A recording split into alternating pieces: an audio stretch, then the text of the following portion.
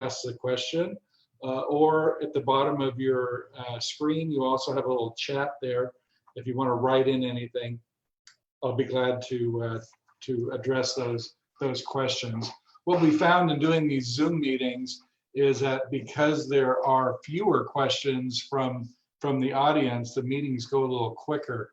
Normally my RPA talk goes about an hour and a half, sometimes even longer. So I'm guessing maybe 45 minutes, so it should not be very long today. So I wanted to start out and just kind of give you some history of zip forms.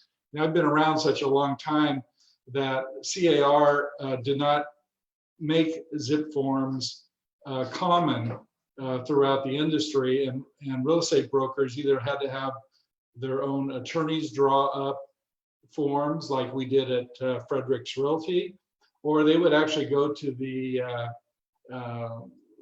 local stationery store and buy generic forms. And one of them that Danny will pull up here, I got from Keith.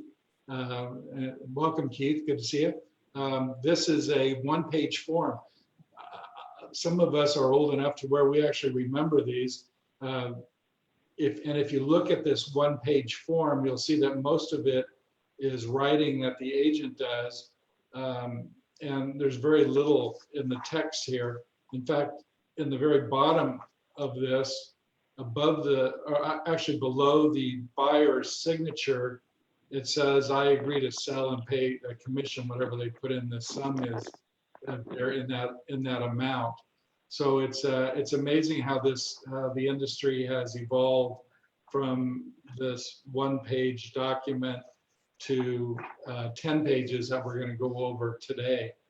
And I remember back when our company attorney at Fredericks Realty, which my brother was running, I was a new agent, 20 years old at the time, and the company attorney said, "Oh, there's much more that we have to put on this agreement. We have to go to 2 pages." And the managers of the 5 offices we had at the time all complained and said, "Hey, there's no way we could do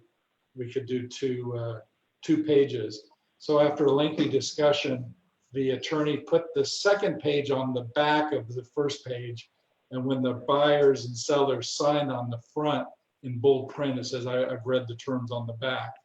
So we've been fighting these forms for a long time, but it's evolved to where it's now 10 pages, and it's evolved to where the agents are requested by the CAR attorneys to not write anything in. They just want us to check boxes, use zip forms where the addresses are automatically inputted, names are automatically inputted. And so all that the agent has to do is go through and check boxes. When I used to teach purchase agreements previously over the years, I would teach that the agents would always draw a line through any blanks that were on the contract. Now, CR attorneys want you to use the default in most cases and not to write anything on the contracts at all unless you're checking a box. So obviously you got to make sure that you go through the contract carefully, don't miss any of the boxes in here. And I'll in the form that you'll see here, we'll go to the new 10-page form.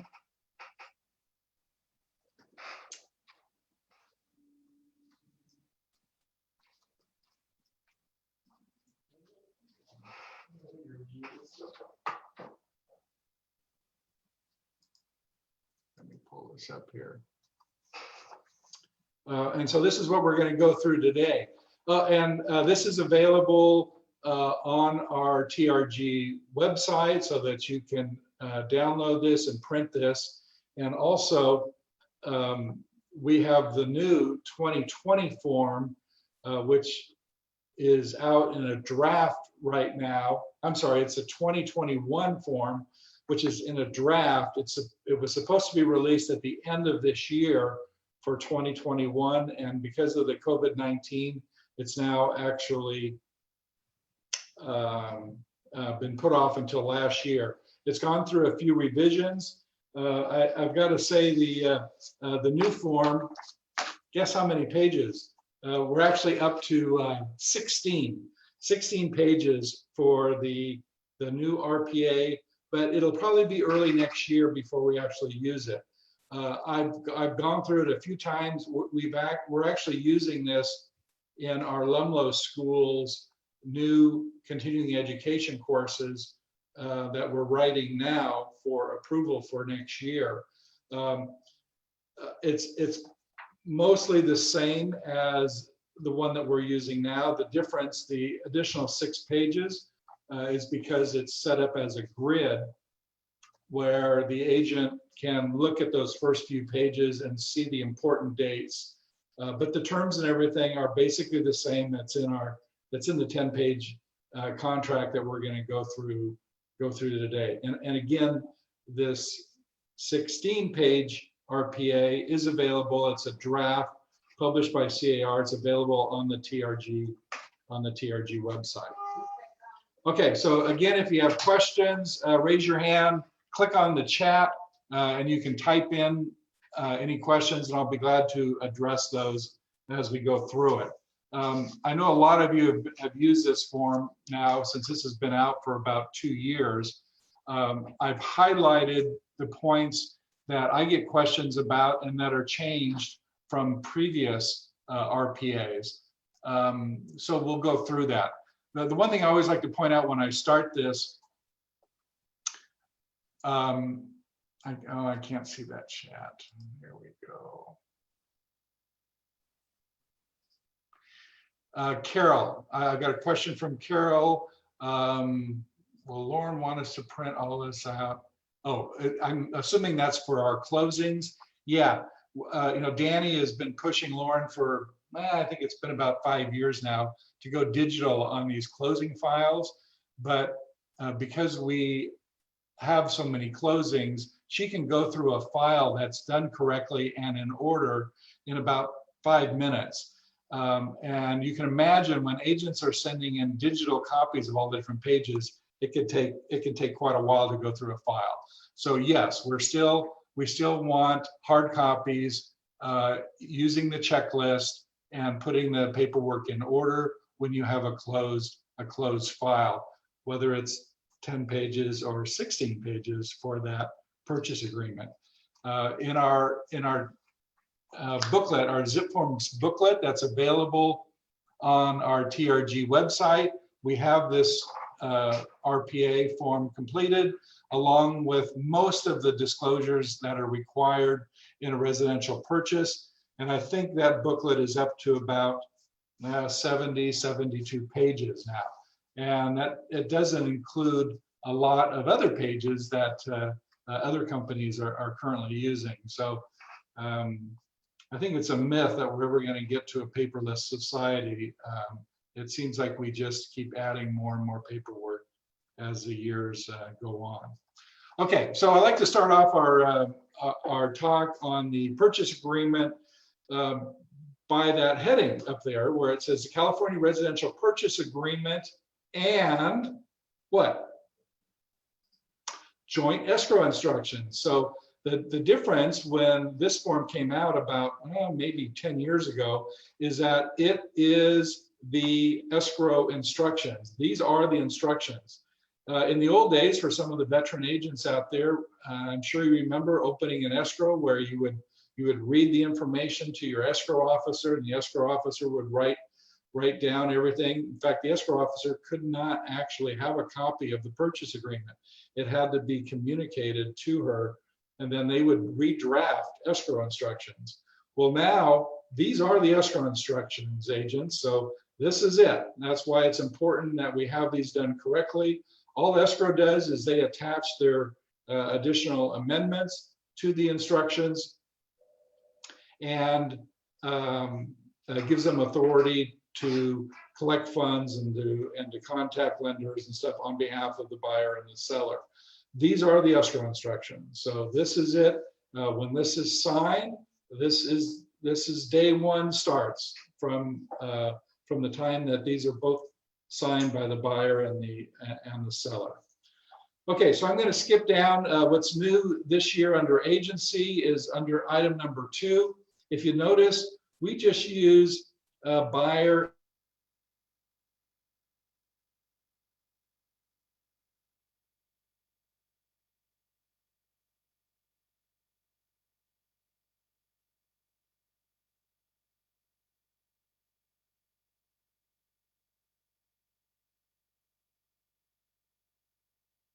We also need the license number for not only the agent and the broker's company in that number 2 when we're confirming our agency relationship.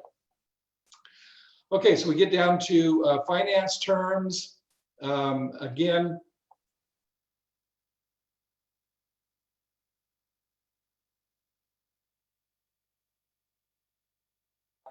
they want 3% because that's the maximum amount that can be kept for the liquidated damages. And I think that's a good rule of thumb. If it's a smaller purchase, let's say something at $500,000 or less, I like $10,000 as a deposit.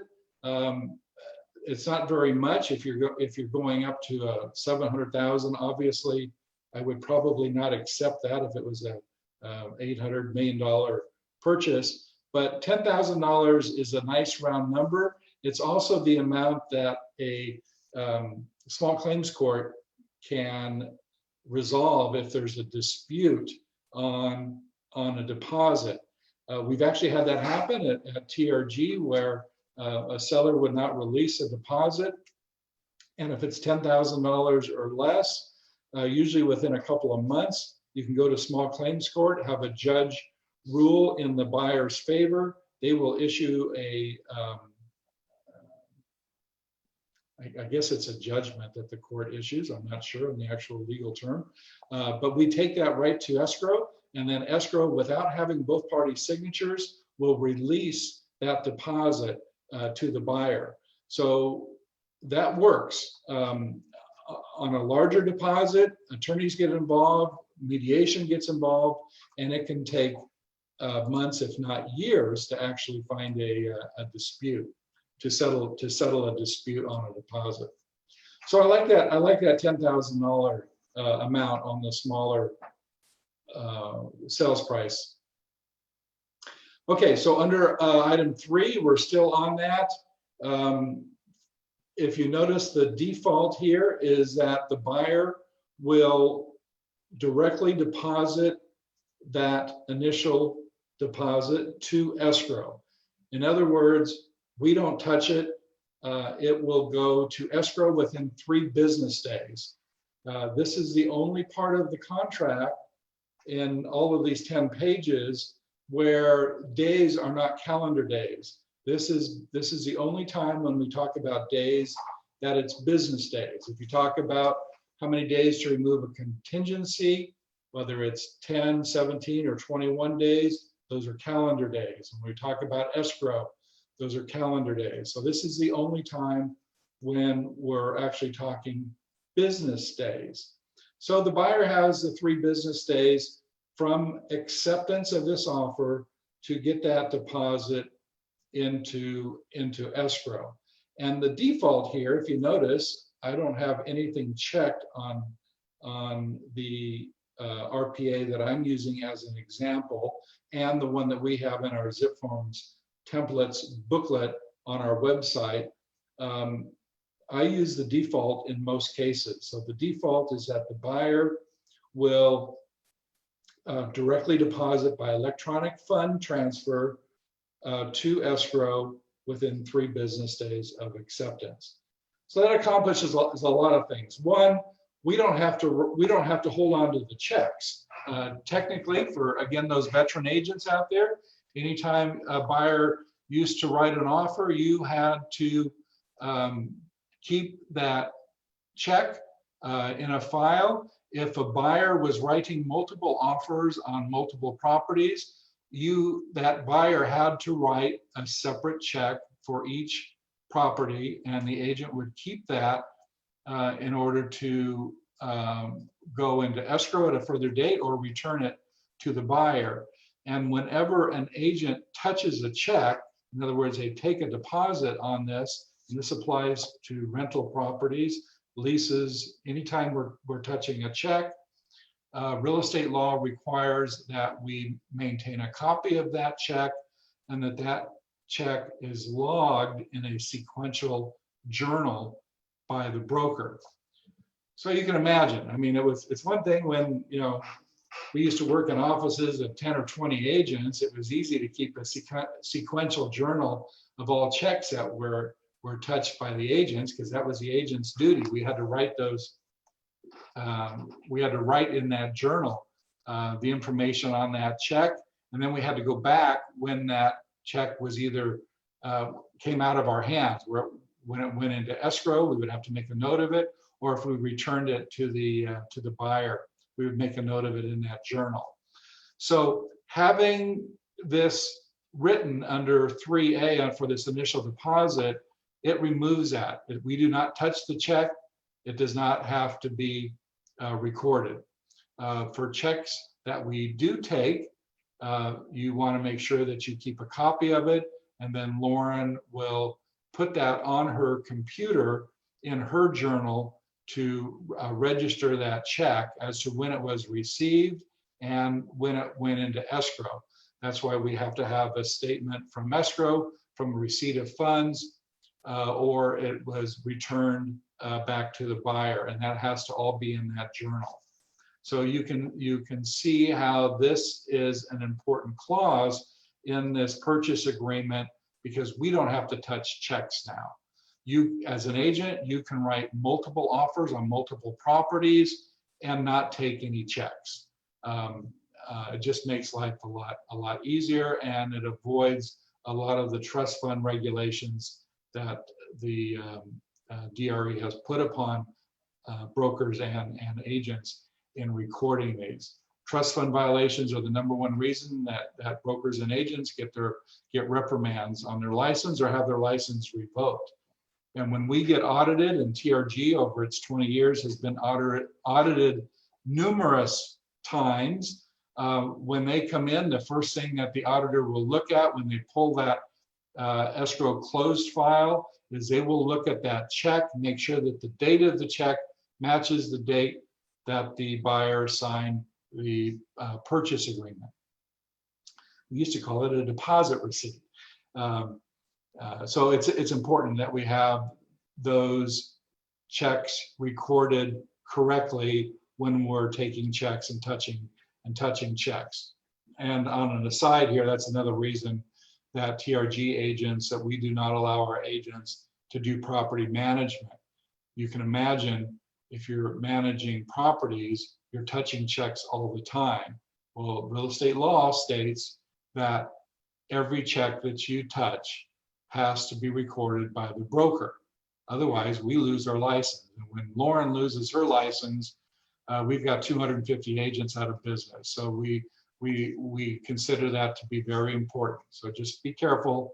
Remember, anytime you touch a check, you have to take a copy of it and give that copy to Lauren for recording in her journal.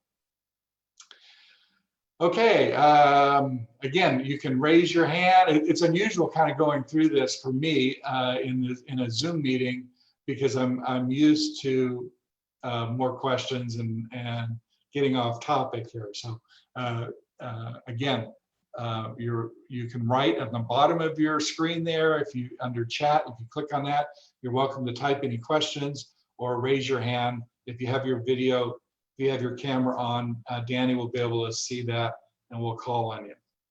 Do you want to go over the additional financing terms? No. Yeah, I haven't gotten down there yet. Yeah, so okay, so we're moving on down at the bottom of 3 under 3E under additional financing terms. One of the things I like to always write in my samples is where you can write in a credit. This is common for a lot of agents, especially on the lower end properties. If they're purchasing FHA, they may need credits for their closing costs. This is a good place to put it. I like having it on the front page rather than on, I think it's page 3, there's other terms that you can put it in. But this way, you're not hiding it from anybody, and it's being exposed to all the parties right here up front that, hey, we're offering, in this example, we're offering $500,000, but we want a seller's credit of $5,000 for the buyer's closing costs. And if you notice, it's very simple. We really don't want, we meaning TRG and CAR attorneys, we don't want agents writing anything on these contracts. So if you do write something, just keep it simple. And this is pretty simple down here. Seller to credit $5,000 to buyer's closing costs, and that's all we have here. And this is a good place to put it. If you notice on the right, the software, the zip form software will add up the loan amount and give you that total of $500,000 on the bottom, which is what you inputted up at the top where you put in purchase price. If there's any changes, and I'll flash back to that initial deposit. For example, if the buyer decides to drop a check off, either a cashier's check or a personal check, and drop it off at escrow, or they give you a check or something else happens, right? And the same applies for this whole contract. If there's any changes to this, then escrow is required to amend this purchase agreement. So that's why we want to make stuff correct in this. And if there's a box here that we're not so sure of and we check it, if it doesn't apply, then escrow is going to have to go back and remove that check mark, and they have to do that by an amendment to the escrow instructions and have all parties sign. So the cleaner you can make this, the better, and the less work that escrow will have to do.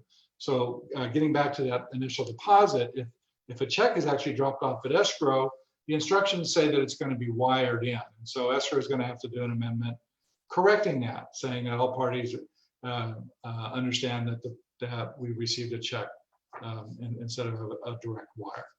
Okay, so if there's not any questions on page 1, I'm going to go to page 2 here.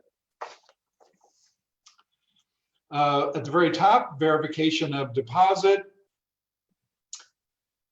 I'm sorry, verification is attached. I think most agents will check that box. As you know, when you present your purchase agreement, there's basically 3 things that you want. You want the purchase agreement, the RPA.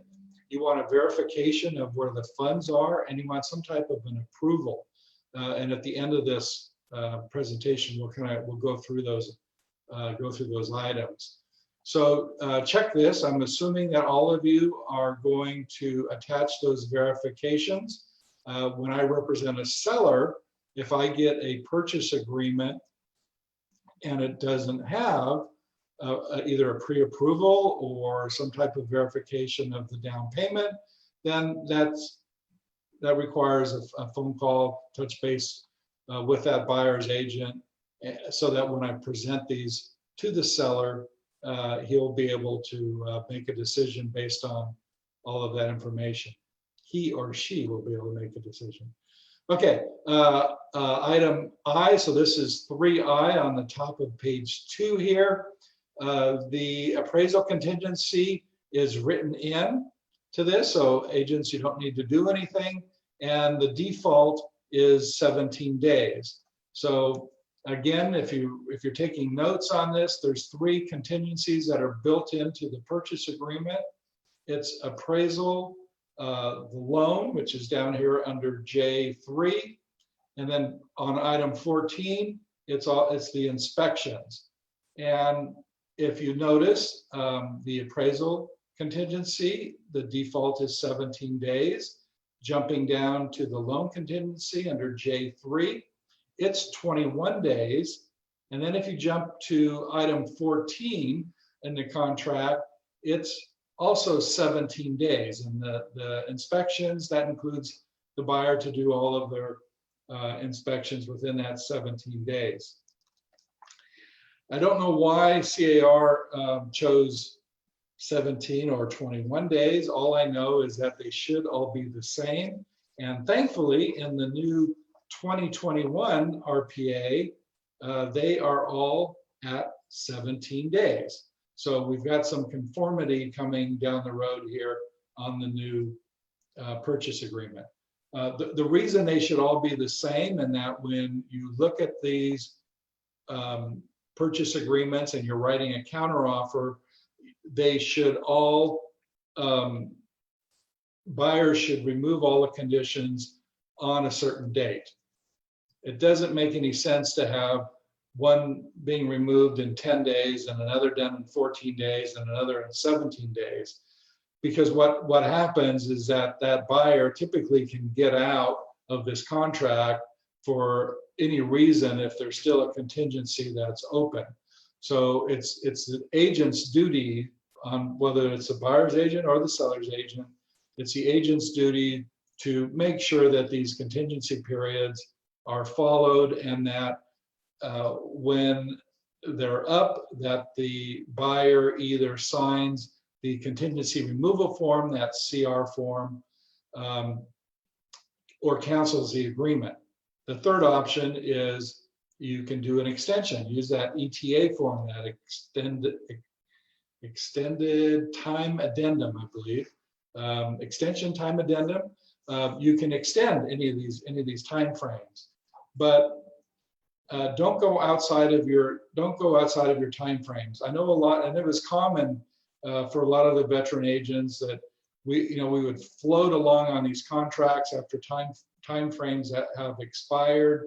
I don't know if agents were just lazy or sometimes clients didn't want to sign it, but it's our duty to stay within these time frames or get an extension.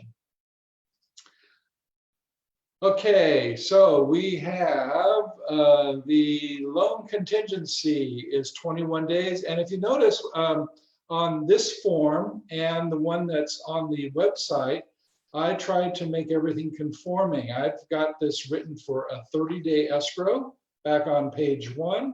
And I've got all 3 of the conditions written for 10 days.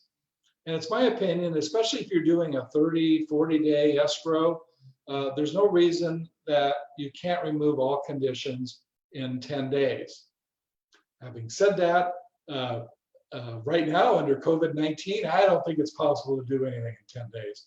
But in a normal real estate market, 10 days is plenty of time to remove these conditions.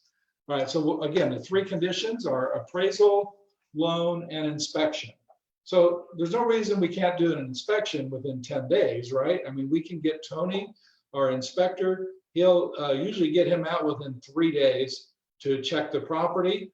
Even if he finds something wrong with it, if you need to get a plumber out or get someone else out, another third party to check it, 10 days is plenty of time to complete those inspections and make a decision if you want to go forward based on those reports that you've received during those 10 days. Getting an appraisal within 10 days is also not a problem. And again, I'm assuming, as we teach in our workshops, that when you work with a buyer, you have them pre-approved before you're out showing property.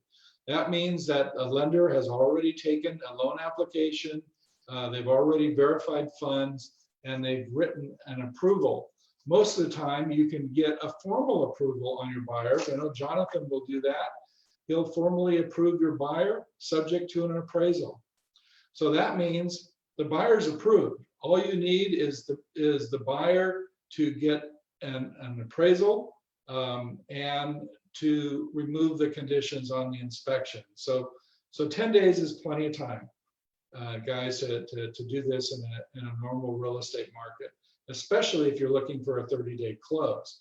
I mean, to wait 21 days for a loan condition removal is pretty crazy if you're still expecting to close in 30 days. Hi, Dan, go ahead.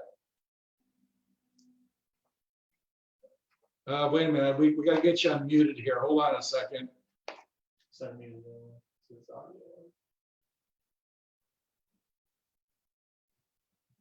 Say something, Dan. How's your sign language? All right, so it looks like you're gonna have to type in your chat box. We can't unmute you. Go ahead. I've got you now.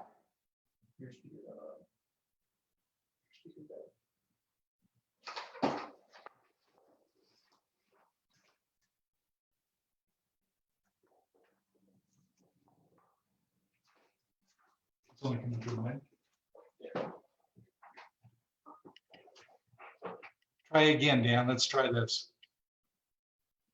Yeah, I can't hear you. Can anybody else hear him? Nope. All right. Let's test somebody else. Carol, why don't you, we're going to turn your mic on. See if we Hi can hear there. you. Can you hear me now? Yeah, I got you loud and clear. Everybody else here? That's because, is this Daniel down there? Yes. Oh, now he's unmuted. All right. Dan, we'll try you again. Carol, we muted you. So Dan, talk. Dan, say something. Yeah, nope, still don't have you. All right, so it looks like you're gonna have to type. I've got your note here under your chat. Thank you, Dan. It says, the example says 10 days for the appraisal. Is there issues with a problem if the inspection can be a problem?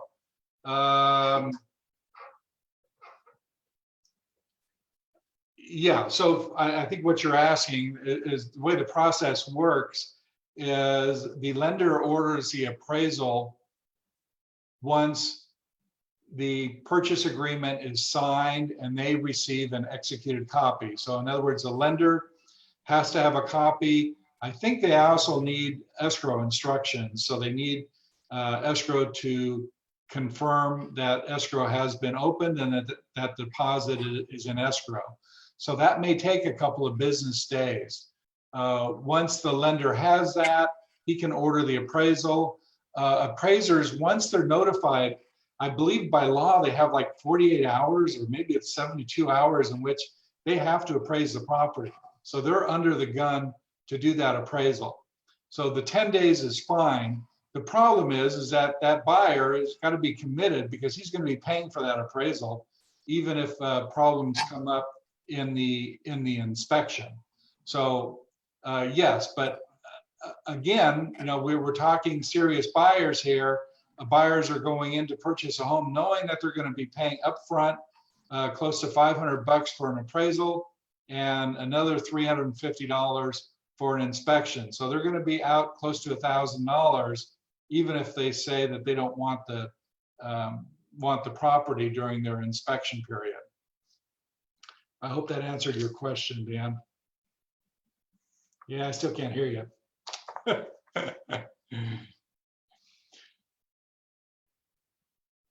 Okay, so we're still back here on top of page 2. If we can get back to the purchase agreement.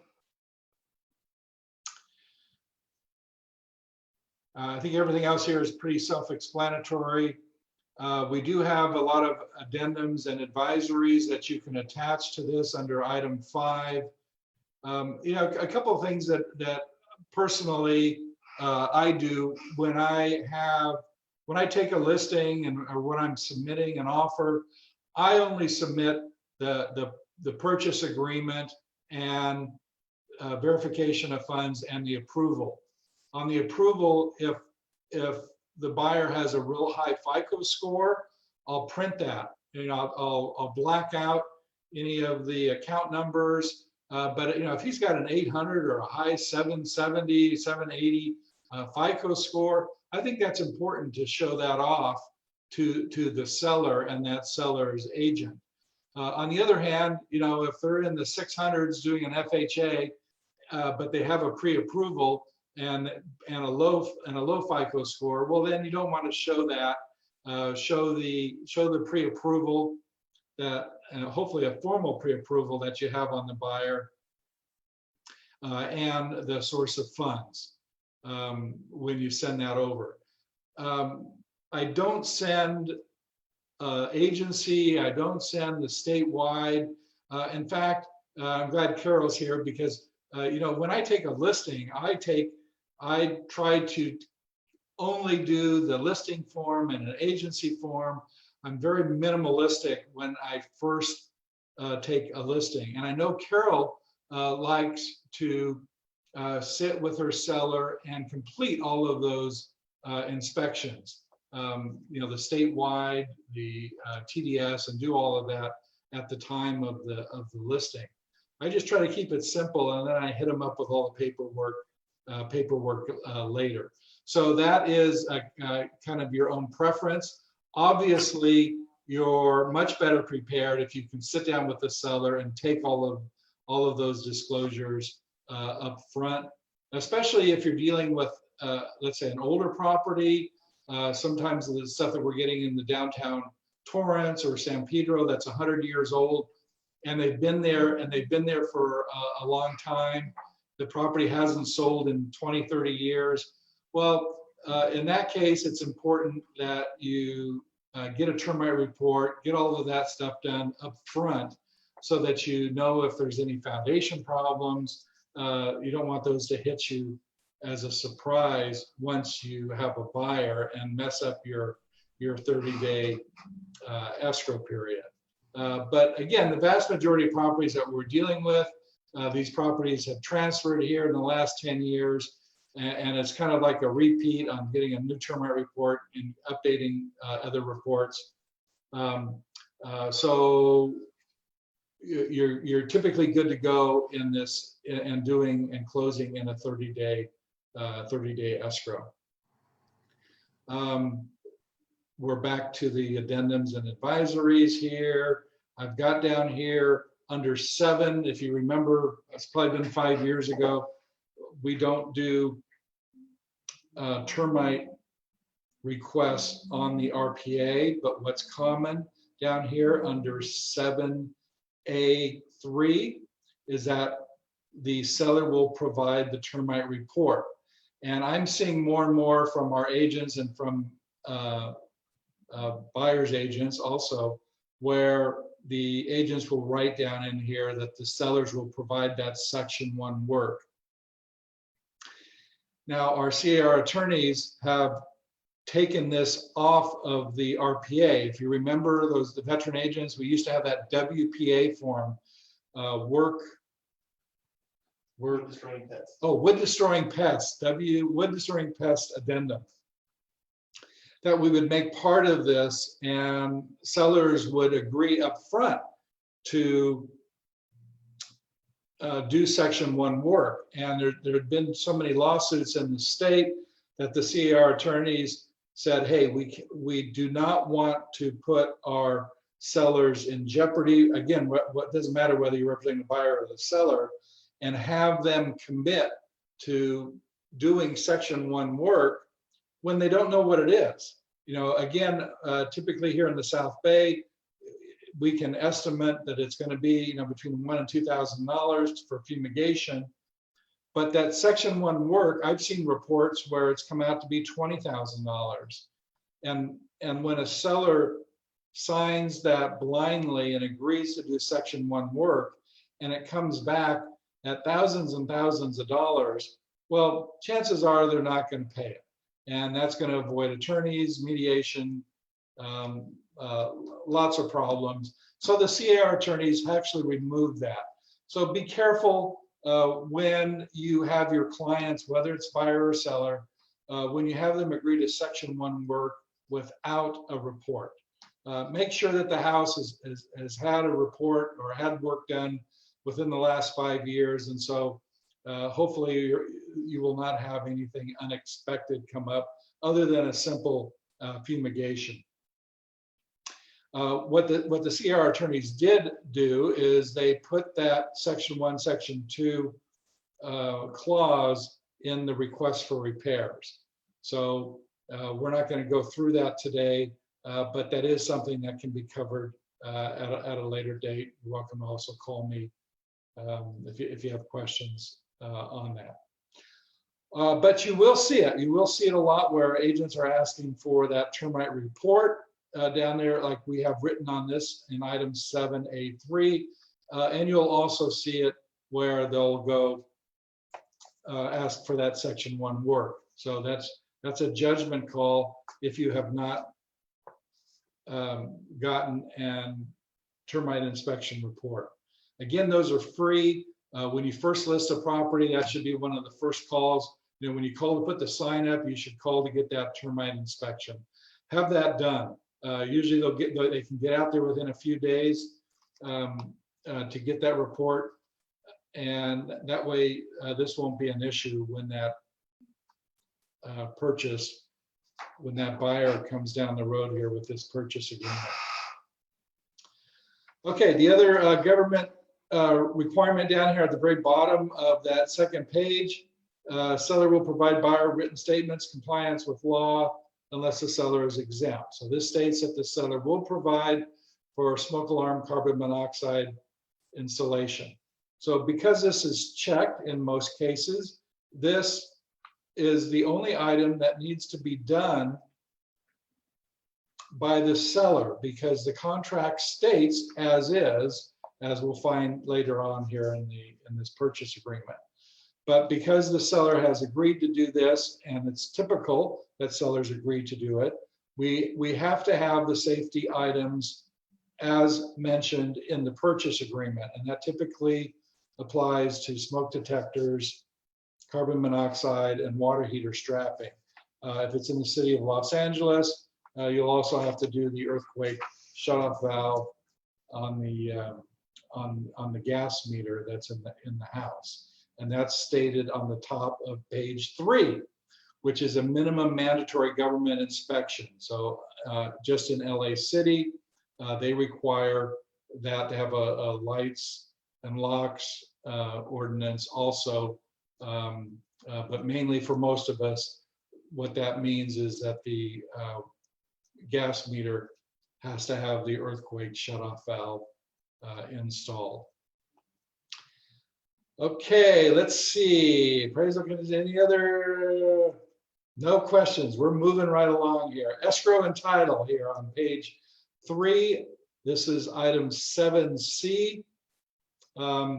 This hasn't changed, right? Check both here. Buyer and seller each to pay their own down there. Under item D, seller typically pays the county transfer tax. We should all know that this is the $1.10 per thousand. And it's typical for the seller to pay that. What I do see is I see a lot of contracts where they will check D2 and D3 as the seller to pay if there's a city transfer tax. The problem, as we mentioned earlier, if there is no city transfer tax and you have a contract that says the seller is to pay for it, then escrow is going to have to amend this and remove it. So, make a call to escrow, talk to Danny or myself, confirm if there's a city transfer tax in the community that you're working with. Save time and paperwork so that you don't have to remove this if in fact there is not a city transfer tax. Obviously the same thing applies if there is a city transfer tax and you miss it. So if you don't put it on there, then that's going to be have to be decided as to who's going to pay for that later on. I've even seen this HOA fees check when there is no HOA. Only check those boxes that do apply. Item D4 down here where it says seller shall pay for the HOA docs. That used to be a choice between buyer and seller. And there was new laws that were passed a couple of years ago saying that it's now the responsibility of the seller to provide these at their expense when a property is transferred. That civil code states, and it's lengthy, but the short version, it states that you have to have a copy of the CC&Rs. You have to do 12 months of minutes, and I believe it's 12 months also the last year's budget from the HOA. These are mandatory documents, and again, the seller has to pay these. Large HOAs will have a package that they do up for a fee. It could be $300 or $400 that they will provide, and the seller has to pay them directly to get this paperwork. Or again, that can also be authorized through escrow, but those funds have to go to that HOA in order to get those documents. So again, there's nothing to check here. It's just a requirement that the seller has to pay for that. All right, where the agents make the mistake is on the next item under D5 down there, where it has the checkbox where buyer or seller shall pay for HOA fees for preparing documents other than those required by law. Okay, so a lot of the veteran agents put seller, they just check that automatically. If you notice, it's not checked, and that's what we prefer. If you have to check this box, check that the buyer is going to pay for it. So what this means is that, let's say you have a buyer and they have a question about roof repairs, and they want the last 20-year reports from the budget for the last 20 years. Or there's an issue amongst the members of the HOA, and they want the last 20 years of minutes from the HOA. Well, the HOA will provide those, but they typically charge a couple dollars per page. And it could be literally thousands of dollars to have these documents provided by the HOA. So you don't want to check in here seller and have the seller have to pay for anything that the buyer requests from that HOA that the seller will pay for. So again, this is an important clause. Either do not check anything on here, or have the buyer have it checked where the buyer is going to pay for these additional documents. I have a question. Yeah, I can hear you. Go ahead. Okay, so that what if buyer doesn't want to pay? Buyer saying that, well, this is something the seller should pay. I mean, I'm a buyer's agent, and then they said, when I go over this contract, my buyer says, I want seller to pay for this HOA, anything related to HOA, so I can review what's going on. So what's the best way to respond it to the client? Well, again, we can do a lot of what ifs here, but typically when you're going into a purchase of a condo, the buyer is just curious as to what's gone on in the last year, right? And those are the documents that have to be provided by the seller. Right. So a buyer's not going to know going into a transaction if he's going to need to go back 20 years or not. I've been involved in a transaction where a buyer was concerned. They can go to the HOA. They can look at those papers and only pay for the ones that they actually need to have copied. But it shouldn't be a carte blanche on the seller to have to pay for anything that the buyer wants. Okay. We can get into details on this if it's something where they need to have the last 2 years of the next 3 years. You can always do an amendment and say, oh, the seller will grant up to $200 additional in cost. But I tell you, it doesn't normally. I haven't experienced that. So what I do experience a lot on these contracts is where the agents that write these offers will put the seller to pay for all of these costs, and you're really putting that seller in jeopardy. And a lot of times the listing agent doesn't catch that. And so if you have a buyer that really wants to take advantage of this seller is going to be very upset at their listing agent for not protecting them when they check this box and their agent allowed them to sign this contract and pay. Literally, it could be thousands and thousands of dollars to have these documents prepared by the HOA.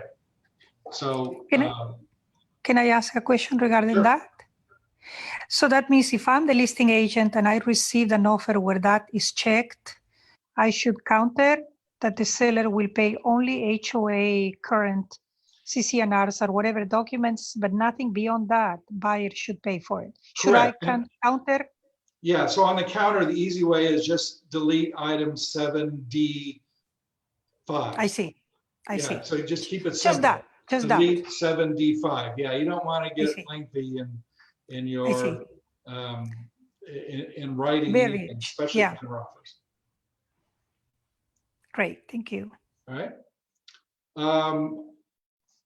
Home warranties, it's common to have a seller pay for that, and we're not seeing too much pushback from that. So sellers typically will agree for that home warranty. Again, depending on the house, if it's a multi-million-dollar house, $500 isn't going to do it. You should probably be giving Susie a call and getting a correct estimate.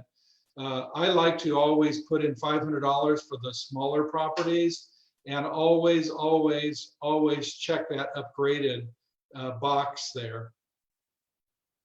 Because if it comes in at $350, that means that the buyer can then get roof coverage or some other coverage, maybe on appliances, if there's appliances included, or some other coverage. If that box is not checked and it's only $350, then that's all escrow can pay out is $350. The buyer can't get credit for that other $150.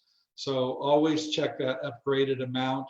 And this way the seller is agreeing to whatever that amount is and is expecting to pay that amount. So again, use that upgraded amount. Going down to item 8 here under personal property, as you'll see when you read through this, especially compared to that one-page contract, you can see how the CR attorneys have gotten very specific as to what's included and what's not.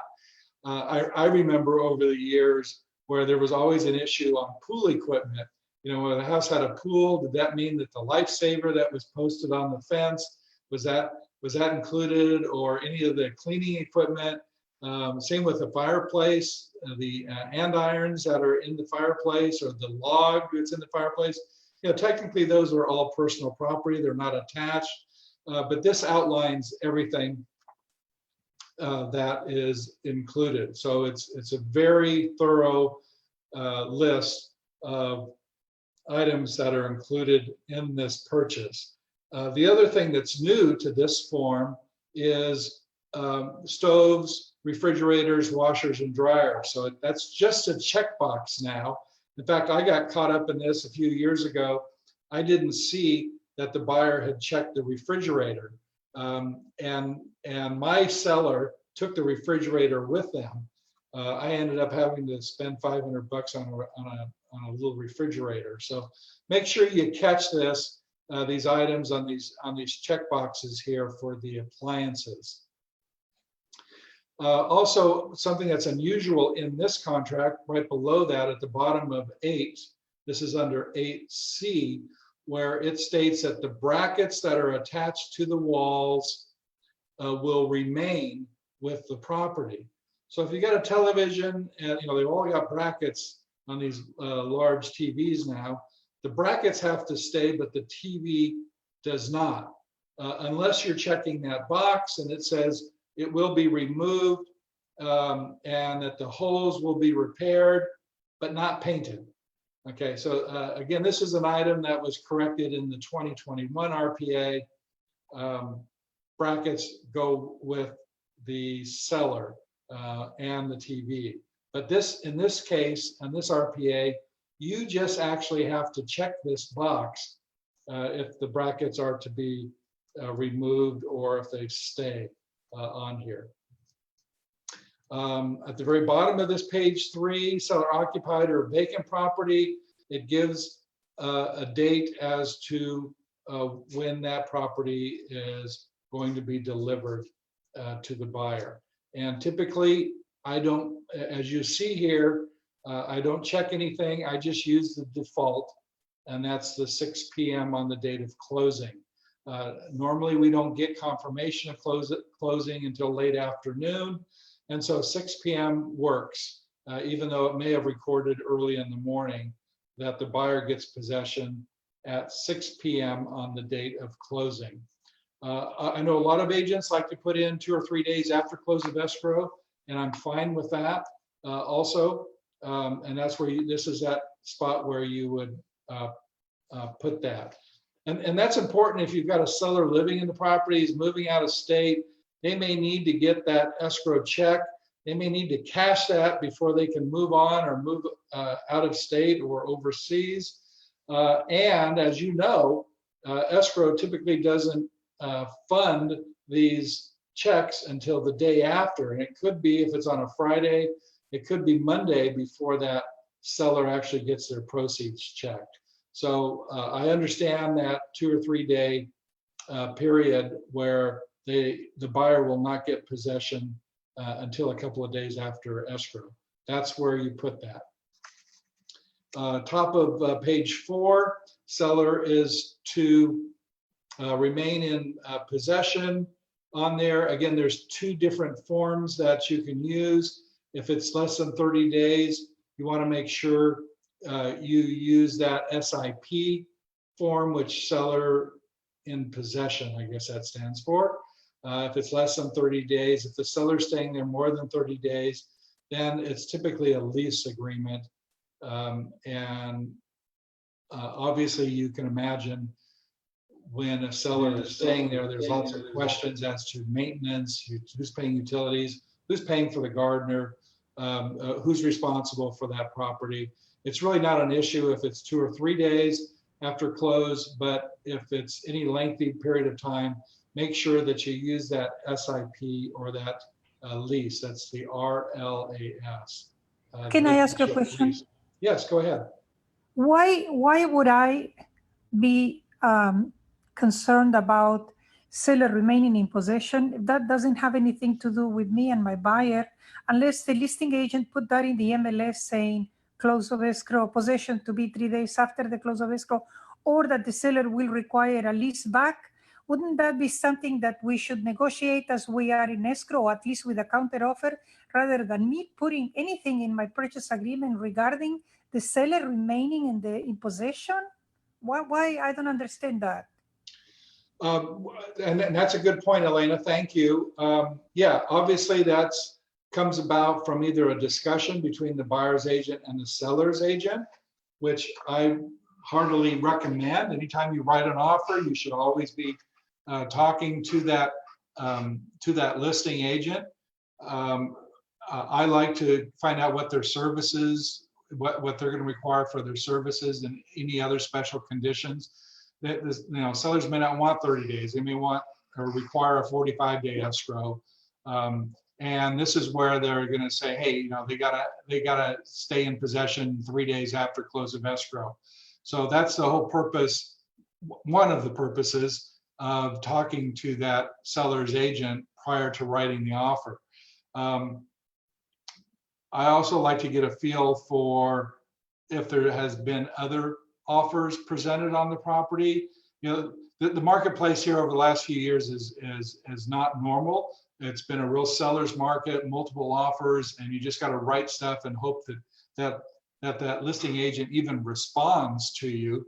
But historically in the real estate industry and in the real estate business, typically the agents will get together and talk prior to writing an offer so that we can expedite this process.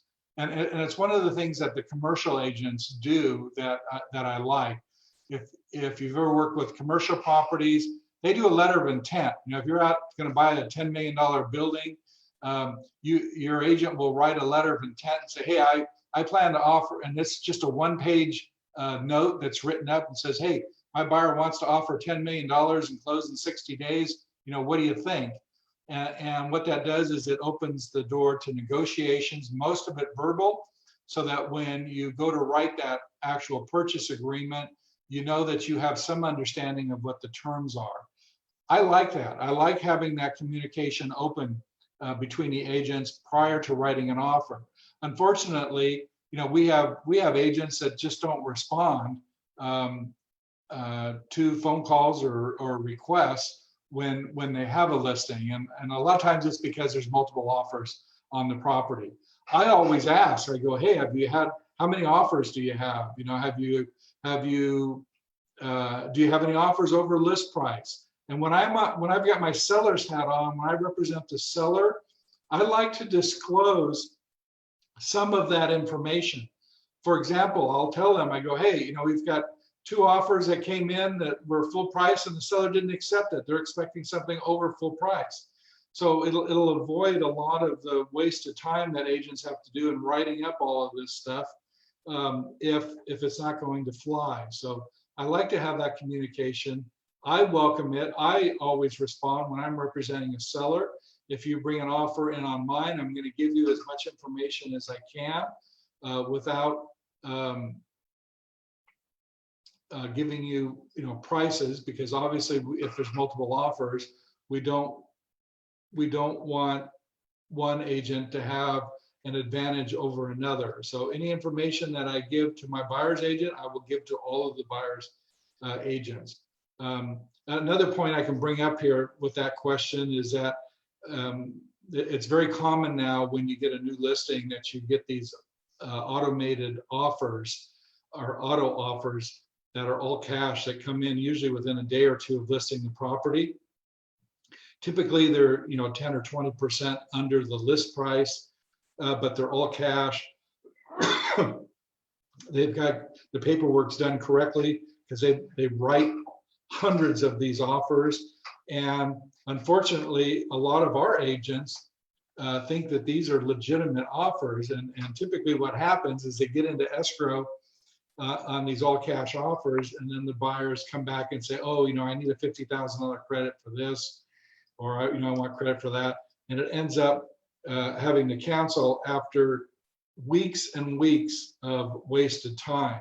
So be leery of this. I think that's another important reason why you should be talking to, why the agents should be talking, and ask them if they're representing the buyer, hey, how many other offers do you have out on the property, and see what their response is.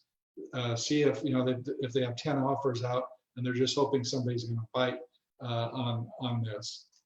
Another point is when you're representing the seller and you get these low offers, you can actually refuse to present an offer if you have something in writing from your client, from the seller, that says, hey, do not present any offer that's under $750,000, and let's say it's an $800,000 listing. So that's legitimate. You just have to have that in writing. It could be in a text, it can be an email, but it has to be something that you can show that client that says that anything under X amount of dollars will not be presented. So again, there are exclusions to having to present all offers if you have something in writing that gives you other instructions. Okay, so we're back on the top of page 4. Seller to remain in possession, we talked about that. Tenant occupied property, again, if you haven't gone through this form before, this is a new clause as of about 2 years ago, that if there's a tenant in the property and a tenant's vacating, this would be, let's say it's a friend or they've already given their notice and they're going to be out by close of escrow. Typically, that meant that the tenant was out by close of escrow. But what's specified now in these contracts is that the property will be vacant 5 days prior. Obviously, that allows for the buyer to go through, do his inspection the 5 days prior to close, and sign that VIP verification of inspection form. So remember, don't have that tenant move out on the last day. That tenant has to be out 5 days prior to close of escrow. Down here, seller, the highlighted items here under the statutory disclosures. If the seller is not required to provide a TDS, which sometimes that's true in case of a trust sale or the seller has not lived in the property, then the seller will do that ESD form, that exempt seller disclosure.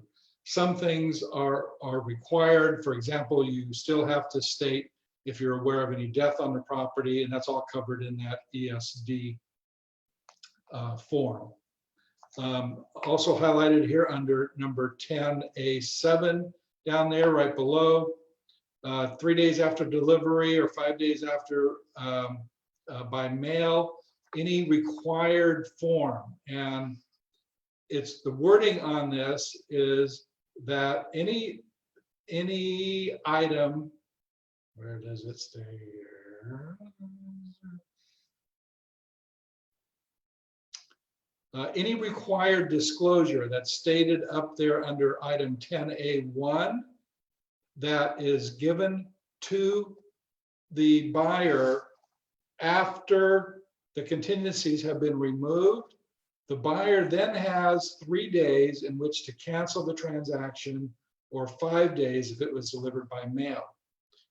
All right, so what does that mean in real terms? So what we experience here is, let's say the contract states that in the contract that the seller is going to provide a Section 1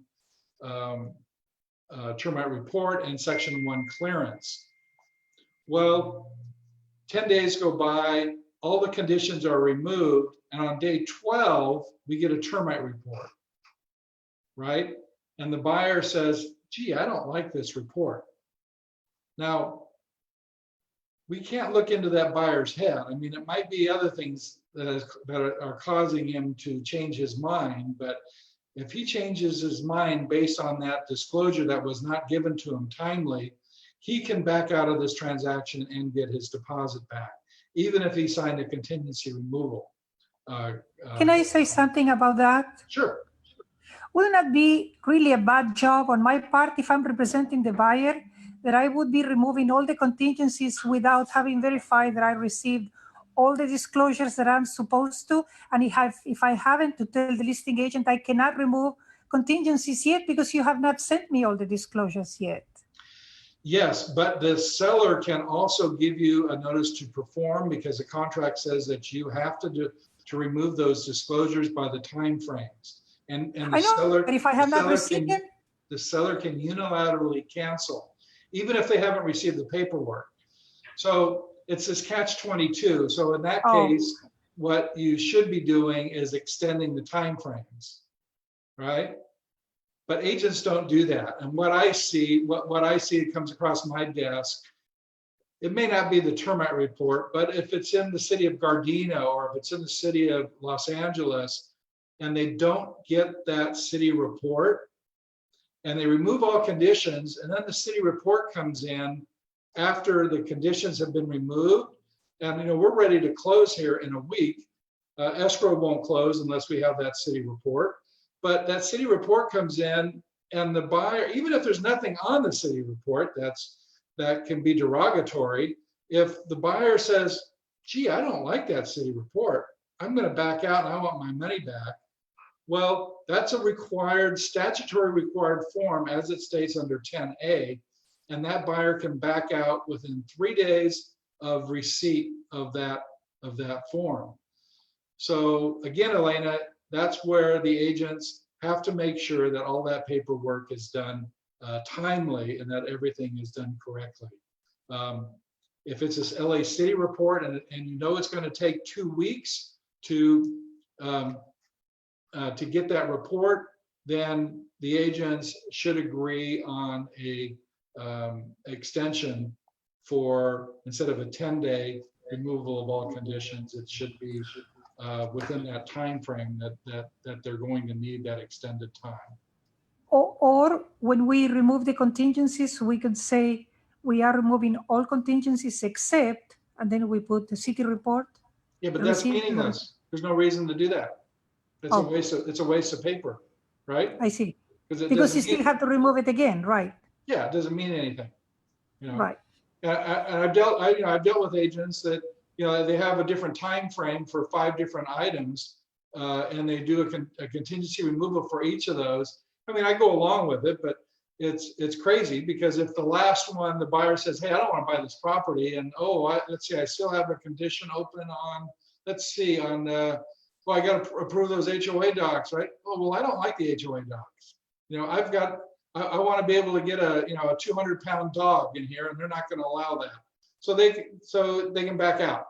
So you got to realize that you got to remove all of those conditions. Otherwise, it's really meaningless to. Yeah, but then if I should add, there are some listing agents that are really crazy and they want to see that contingency removal, even if there are still 2 more disclosures that they owe me, but they still want me to say, okay, I'll remove everything except for those 2. It's okay, I get it, but there are some listing agents that are a pain in Yes. the neck when it comes to. Yeah, and that's a good contingency. point, Elena. And yes, and you should. You know, you guys, a lot of you guys have, I'm preaching to the choir here. I know a lot of you have been through my workshops. I want the agents to work together. So if another agent has specific forms that their company has and they want you to sign, or they want you to sign some crazy form that really makes no sense at all, as long as it's not putting your client in jeopardy, then sign it. You know, and if they want to do 5 contingency removal forms, then sign all 5 contingency removal forms. It's more important that you guys are working together to get this closed than it is to butt heads on some minor issue. Because if something important comes up, you want to be on the same side of the fence as that other agent. So yeah. So keep it as friendly as possible. Okay, so that's all I have on that page 4. Page 5, we get into the condition of the property here. You notice I have it in red. It's the only red I have on this 10 pages because I still have agents that don't understand that the contract states as is, right? 2 weeks ago, they said, oh, you know, the water isn't turned on and they've got plumbing problems. They have to fix that plumbing. No, they don't have to fix the plumbing problems. It's as is. It doesn't, there's no health code. There's nothing. It's just sold as is. The exception to that, as we talked about on page 1, is if the seller has agreed to put in those smoke detectors or to do those minimum mandatory requirements as the city requires. So, and if those aren't checked, then it's completely as is. And you got to understand, a lot of times properties are in really bad shape, and it has to be sold as is without any work done whatsoever. So, as is means as is. All right. Right above that, the CI disclosures. I looked that up here. CI stands for. What did we find that out? It was CI stands for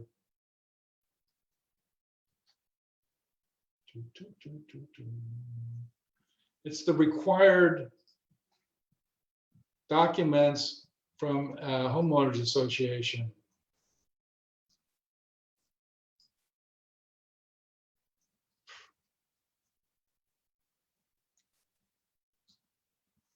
You know, I think I spent 30 minutes finding out what that CI, what that acronym stood for, and it slipped me again. But it has to do with the condominium common interest disclosures. Okay, so that's what that CI. If you see that right above that, that's item 10. This is the top of page 5. CI stands for common interest, which is for homeowners associations. Okay, so condition of the property, we're all good on that. Down here under number 12, I've highlighted just a couple things that are new from previous purchase agreements. The seller shall make the property available for all buyer inspections.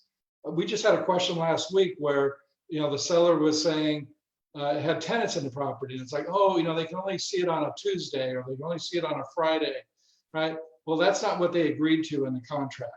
The seller has agreed to make it available. So this could be a problem if there's tenants in the property, and you may have to work around that, but the seller is obligated to do that. The other thing that was new to me on this form is that the seller has to have all the utilities on. This is under 12C, not just during the inspections, but for the whole escrow period until possession of the property. So you can't turn them off. You have to leave them on the whole time. Again, this will also allow that inspection the 5 days prior to close to go through without a hitch. So make sure that you're aware of what these clauses are in this purchase agreement. Any other Question. questions? Yes. What about if, even though that's what the contract says, then we go to escrow, we do our inspection, and then when the VP time comes, the verification of property condition, 5 days prior to the close of escrow, we notice that all utilities are off, then what? Do we raise that flag to the listing agent and you have to reconnect? Yes, it's their obligation. If that's what the buyer wants, then yes. If the buyer wants to be able to check all the utilities and make sure that they work, then that's a requirement. It's in the contract. And hopefully, the agents can work that out and explain that. Then that would be prudent from us before that 5 day prior to the close of escrow to stop by at the property, given that it's vacant, of course, and make sure that all utilities are on just in case. Yes. Maybe. Yeah. Now, having said that, Elena, typically buyers, when they're purchasing a vacant property, usually they go through the property a dozen times during the escrow. And it's been my experience that they typically waive that 5 day inspection because they've already been there so many times. It's They've true. already taken their measurements and everything. And so they'll just waive it. But in a typical owner occupied home where it's very limited as to the number of times they've been in there, you want to make sure that they have the right to go through those 5 days. If there's a tenant in there, again, you're probably not going to have the issue then with the utilities. It's only when it's vacant. That verification of property condition always make me feel a little bit weird because I don't know. It's like, Well, I'll talk about that. Yeah, you're ahead of me, but I'll talk about that now. Basically, on that VIP form, and it's written in bold on that this is for the buyer to make sure that everything is in the same condition as when they purchased the property. It's not that if something is not in the same condition that the seller is obligated to fix it prior to close. It's just stating that the buyer has the right to check the property out. So real life examples, let's say they go in and there's a hole in the wall that wasn't there before. And so as the agent, you're going to write, hey, there's a hole in the wall there in the bedroom that wasn't there before. Buyer expects to have that fixed. Now, that's not a condition that is going to hold up escrow in any way. So, the buyer cannot not put his money in escrow or not sign loan docs or not do anything that he's already contracted to do without the possible seller canceling the transaction or doing what the seller has agreed that he has the right to do if the buyer is not performing. So basically all it does is it states that, hey, this is a red flag, there's something wrong with the property, and hopefully the agents can work it out to where the seller will either hire somebody to do it, work out a credit through escrow, or work something out so it doesn't become an issue. There's been cases where the seller says, hey, I'm not doing anything, right? So then it's basically, if it's less than $10,000, the buyer has to go to small claims court, but it's all documented. So you have this paperwork saying that, hey, we gave the seller notice that this was not fixed. He still had 5 days in which to do it. It was not like this prior, and we want this fixed. And here's estimates, Your Honor, to get this item fixed. And we want a judgment for $1,000 to have these items repaired. So unless if I am the listing agent and I get that BP with that request, and I say, well, no, the seller is selling the property as is. I mean, this hole came up after we removed that frame from the wall or whatever. And then here is a statement saying that the seller is not going to fix it, and the buyer has to sign it that is accepting the property without being fixed. So then the buyer cannot go later to small claims. And that's great. I mean, if you can work it out, whether it's done with a credit or whatever, but in your example, Elena, the seller is responsible for fixing any holes from when the tenant moved out. But if that was negotiated afterwards and the parties agree to that, then that's great. I mean, that's an easy way to settle that dispute.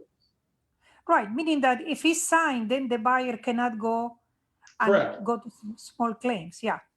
Correct. Yeah. Okay. All right. Any other questions on that VP form? All right. So we're going to get back here on page 6. This is our item 14. I think this goes on. Item 14 goes on for a couple of pages here. Nope, just one long page. So 14 are the timeframes for inspections. It's one of the it's one of the important clauses, items that's in this purchase agreement, because it states that the seller has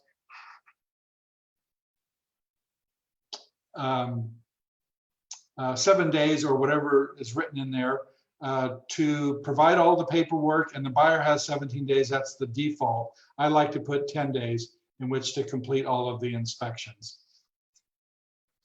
So Dan had a question. If the seller provides the termite report and the lender requests the section 1 to be done. Oh, okay, so Dan, you had a question regarding termite reports. Again, lenders do not typically require termite reports. It's just an agreement between buyer and seller. However, if the contract, meaning the purchase agreement or escrow instructions, if they were amended, state that termite work, let's say section 1 work, for example, is to be done, then that's a condition that has to be completed before escrow can close, and the lender will see that. What was the question regarding the It was lender? just a report. They want to know if you had to do section 1. Yeah, no, lenders don't require that. Lenders do not see the inspection report that the contractor does either. So as you know, there's always items that need to be fixed in a house, and the lenders don't see that. Lenders don't see our disclosures. All the lender sees is the purchase agreement and any amendments done to the escrow instructions. If there's going to be a credit, for example, if there's a request for repairs and there's a credit, the lender isn't going to see that request for repairs, but the lender will see the amendment that states that, the seller's going to credit, $5,000 for closing costs, which are basically to cover painting or these repairs, but it's worded in that amendment, mainly for the lender's benefit, that it's just for closing costs. That way the lender, that property was not appraised with those repairs done, and it was only appraised on an as-is basis, which is what appraisers do. They go out there and they appraise it on an as-is basis. So again, those are separate items. Lenders will not typically see termite reports or inspection reports done on the property. Wow, I'm surprised how fast time is flying here. Let me get through this item 14. Read this. It's important to know the notice to buyer to perform and notice for seller to perform, the timeframes on this. So if we're in this contract as written, and you notice everything was written for 10 days, one of the things Danny taught me when he came on board here almost 8 years ago, he taught me, he says, well, if it's 10 days, on day 8, we send out that notice to perform, because it gives that 2-day notice that they have to remove the forms. So be aware of your time frames. If you need more time, use that ETA and extend it. The problem that I see a lot here is whether it's 10 days or 17 days, most agents will wait until that time frame is up. Plus, they usually wait a couple more days. So if it's a 17-day time frame for whatever the condition is, and the agents wait until Friday, which is now day 19, and they send that notice out to perform, well, the notice to perform has to give 2 days. And what's identified here in the last couple pages of this purchase agreement, two calendar days that do not include weekends. So it could be a 4-day notice before that seller can actually cancel this agreement if you've got a buyer that's not performing. So any of these notices to perform, weekends don't count. It has to go over to the weekdays on this. But you can send the notices on weekends. Right, but the notice can be sent anytime. And it should be sent the 2 days prior to the time frame that the notice to perform is referencing. All right, so let me know if you got questions on that. Make sure you read this item 14 though, because there's a lot on here. Also on the very bottom of this. Oh, I have a question on 14. Yes, Yeah, I just want to ask you, that the inspection period with buyer puts 10 days. So technically, they have to remove the contingency by 10th day, right? correct. That's what 10 day means, right? Yes, Okay, so then the agent sends, the buyer's agent sends in request for repair along with the home inspection report on 10th day, okay. prolongs this period. No, Okay, just because he sent a request for repairs doesn't prolong anything.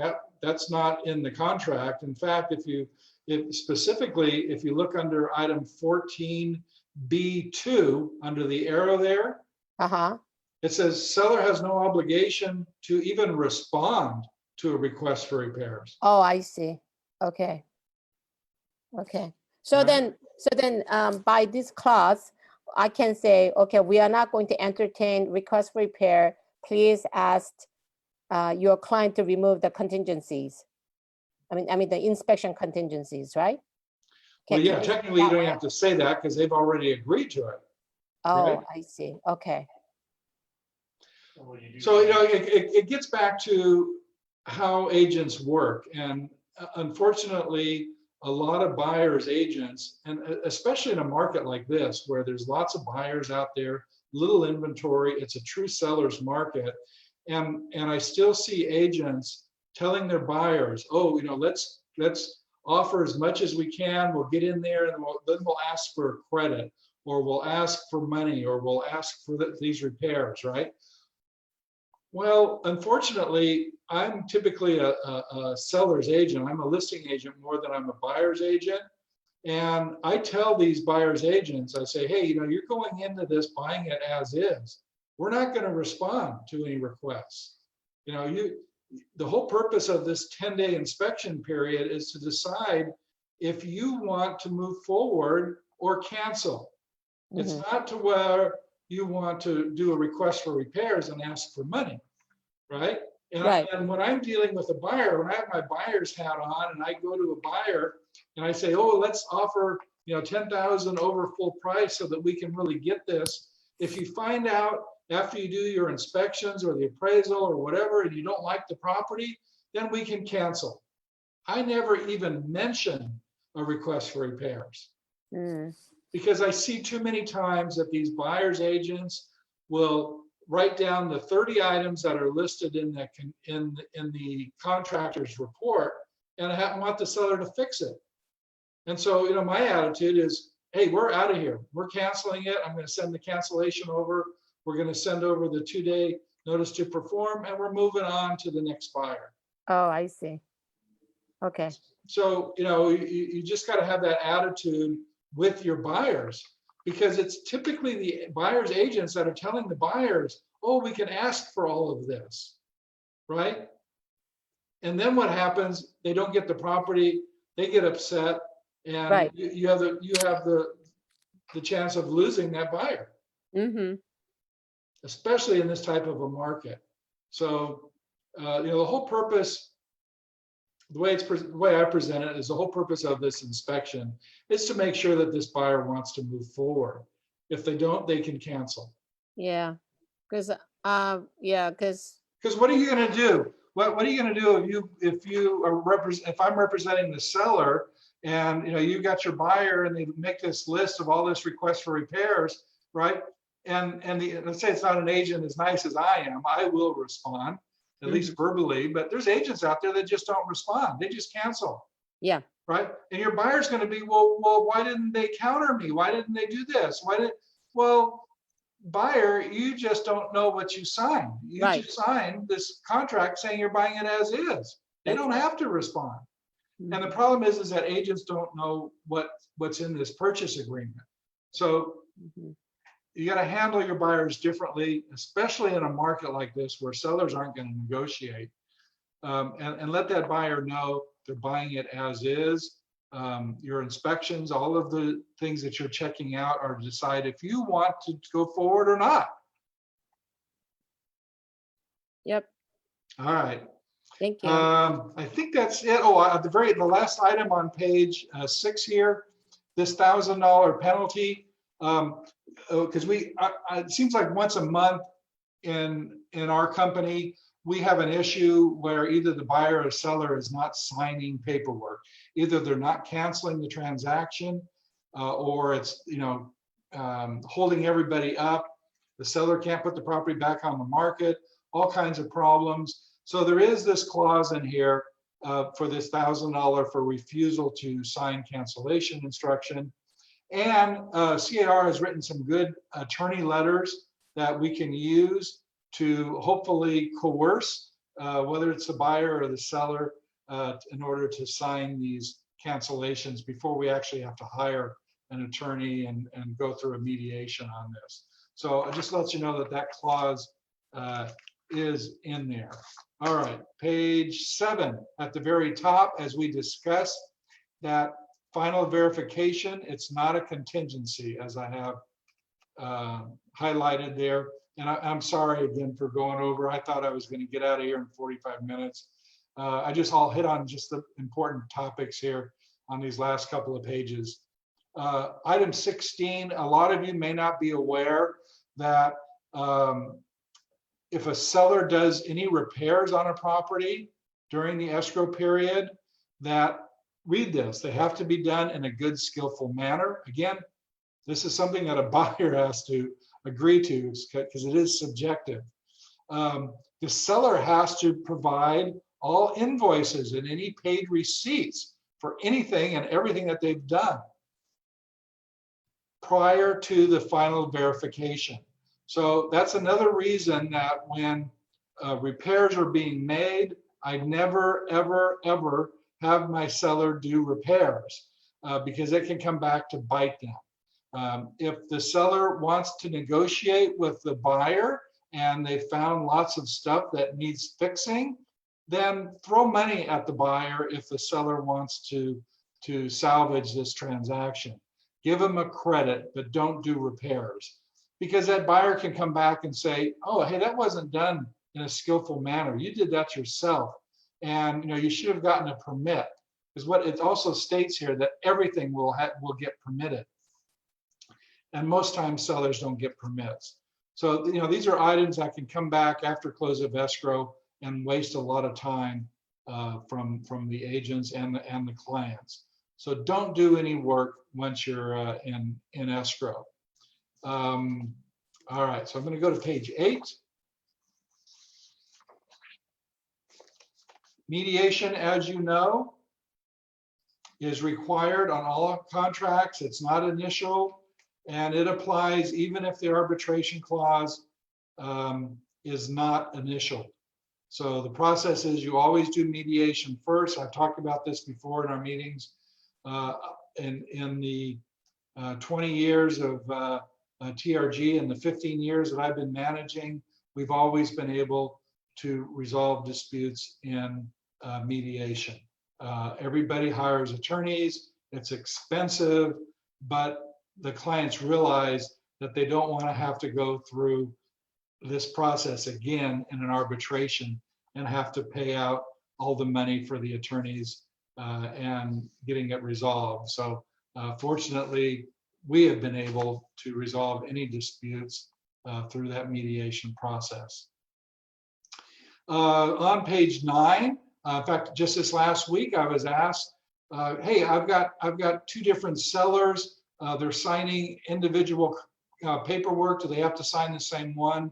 No, it's kind of like escrow instructions. They can be signed in different parts. You just need to have all of the signatures on the different pages. They don't have to be exactly the same. Obviously, the contract has to be the same, but the paperwork can be signed. We don't have to have all of the signatures on one page. They can be on counterparts, as they call it. Read the definitions here for days, meaning calendar days on here. Lastly, well, actually, two more items here I want to talk about. The expiration of the offer. As it states in item 31, this is on the bottom of page 9, that expiration is on the 3rd day after it's signed. So that contract becomes void. It is a void contract after the 3 days. Okay? So as you know, it's very common that the contract is signed on day 4 or day 7 instead of day 3. So how is that if it's a void contract? Well, the buyer, let's say, makes an offer. The seller on day 7, because he's got multiple offers and he's not going to do anything until 7 days later, right? On day 7, he writes a counteroffer. Okay, well, that starts a new time frame. So even though this offer was void on day 3, we've got a new offer being written. It's actually in a counteroffer form, but legally that's considered an offer where that seller is now offering that buyer, whether in a multiple counter or an individual counter, certain terms. So that 3 days goes back again if they're using the default, and then the buyer has 3 days in which to respond. Otherwise, that's void. If the buyer accepts it on day 4, right, then it's going to require that seller, because it's an offer again now from the buyer, it's going to require that seller to sign that new offer that the buyer is making, even though it's in a counteroffer form, and then be acknowledged back by the buyer. So it's just basic contract law. The main thing is that 3 days is, I always tell agents it's really meaningless because it's not holding anybody to any time frames. If the buyer, he's signing this saying that, hey, this is good for 3 days. Well, if the buyer the next day wakes up and says, I don't want to buy that property, he can pull that offer back. There's a withdrawal of offer form, Zip Forms makes it. Anytime prior to acceptance, he can withdraw any offer. So if the seller accepts this within the 3 days, then it's sold because he has signed that offer within the time frames and has accepted it. If he makes an offer on day 7 and counters or accepts it on day 7, that is not a contract until the other party signs it. Hopefully that's clear on that. Lastly here on the bottom of page 10, this presentation of offer and rejection of offer, it's a requirement now that any offers that you receive as the seller's agent, that those offers be initialed and a copy of this page 10 is sent back to the agent. So that's a requirement. There's many times listing agents have never responded to offers that our agents have presented. It's now a requirement, and we can actually, it's part of the code of ethics that they have to respond. So always respond to this. You should do it as a point of courtesy anyway, unless it's an exempted offer, if there was something really low in price. Okay, guys, I'll hang around. If there's any questions, raise your hand, send me a chat. I really appreciate your time in this Zoom meeting. Sorry I went over here. Dan set up a question about that. Dan. So if the seller provides a termite report in contract, can I request the section 1 to be completed as part of the letter? I think we answered that one. Yeah, so hopefully you're clear on that termite report. The sellers don't have to do any termite work. If the RPA states that the seller is going to provide the report, then they have to provide the report, but they don't have to do any work. If the contract states that the seller is going to provide section 1 work, then the seller has to do that because that's what the contract states. I hope that's clear. If not, Dan, you can always give me a call. Any other questions? Anybody else raise your hand? Chat? See anything, Danny? Thank you. All right. Thank you very much. Make it a great day. Okay, bye-bye. Bye-bye.